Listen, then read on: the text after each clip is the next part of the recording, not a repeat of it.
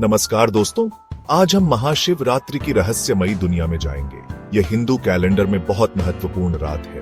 भक्ति और श्रद्धा से मनाई जाने वाली महाशिवरात्रि मतलब शिव की महान रात, आदि योगी अज्ञान के नाश करने वाले भगवान शिव की पूजा को समर्पित है। महाशिवरात्रि फाल्गुन महीने के कृष्ण पक्ष की 14वीं तिथि को आती है, जो लगभग फरवरी से मार्च के आसपास होती है। माना जाता है कि इस शुभ रात में शिव सृष्टि और विनाश का दिव्य नृत्य तांडव करते हैं। यह आत्मनिरीक्षण का समय है, शिव के दिव्य आलिंगन में शांति पाने का समय है। पूरे भारत और दुनिया भर में भक्त महाशिवरात्रि को बहुत श्रद्धा से मनाते हैं। मंदिर मंत्रों के जाप और धूप की खुशबू से गूंजते हैं। लाखों लोग भगवान को प्रार्थना करने के लिए आते हैं, जिससे हवा में भक्ति का माहौल होता है। महाशिवरात्रि शिव और शक्ति के दिव्य मिलन का प्रतीक है, जो चेतना और ऊर्जा के मेल को दर्शाता है। कहानी है कि इस रात शिव ने हिमालय की बेटी पार्वती से शादी की थी। यह दिव्य मिलन सृष्टि और विनाश, ब्रह्मांड को चलाने वाले पुरुष और स्त्री सिद्धांतों के सामंजस्यपूर्ण संतुलन का प्रतीक है। पार्वती ने अपने पिछले जन्म में सती के रूप में अपने पिता के यज्ञ में खुद को जला दिया था, क्योंकि उन्होंने शिव का अपमान किया था। दुखी शिव सती के शरीर को लेकर निराशा में ब्रह्मांड में भटकते रहे।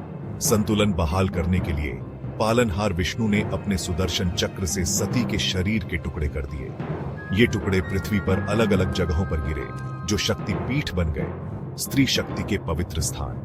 बाद में पार्वती का पुनर्जन्म पहाड़ों के राजा हिमवान की बेटी के रूप में हुआ। कठोर तपस्या के बाद उन्होंने शिव का दिल जीत लिया। उनका विवाह विरोधों के मेल, भौतिक और आध्यात्मिक के मिलन का प्रतिनिधित्व करता है। महाशिवरात्रि से जुड़ी एक और कहानी ज्योतिर्लिंग के प्रकट होने की है।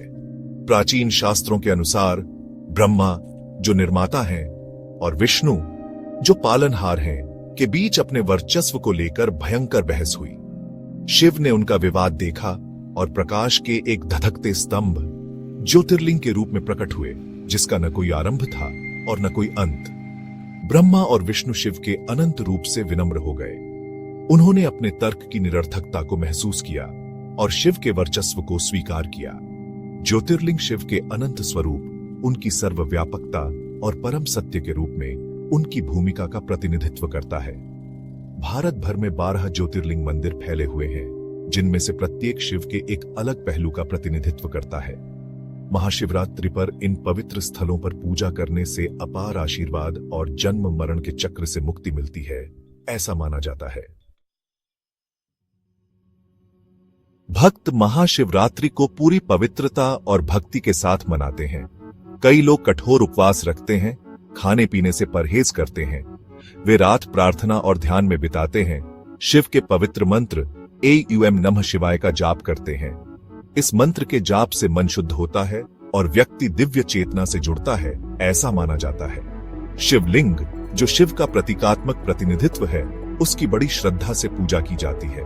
भक्त रात भर लिंग पर दूध, पानी, शहद, फल और फूल चढ़ाते हैं। इस अनुष्ठानिक स्नान को अभिषेक कहा जाता है और माना जाता है कि यह आत्मा को शुद्ध करता है और आशीर्वाद देता है। मंदिरों में रात भर विशेष पूजा और अनुष्ठान होते हैं। जब भक्त खुद को शिव की दिव्य उपस्थिति में डुबो देते हैं, तो माहौल भक्ति से भर जाता है। महाशिवरात्रि आध्यात्मिक नवीनीकरण का, ईश्वरीय इच्छा के प्रति समर्पण का और दुखों के चक्र से मुक्ति पाने का समय है।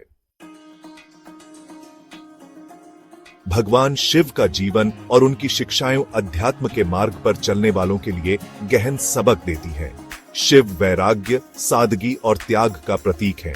वे हमें भौतिक दुनिया के भ्रम को पार करने और शाश्वत सत्य में शांति पाने की याद दिलाते हैं। शिव का नृत्य, तांडव, सृष्टि और विनाश के चक्रीय स्वरूप का प्रतीक है।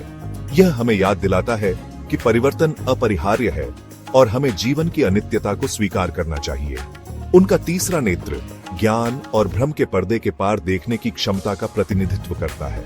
महाशिवरात्रि को ईमानदारी और भक्ति के साथ मनाकर हम खुद को शिव की कृपा और आशीर्वाद के लिए खोलते हैं।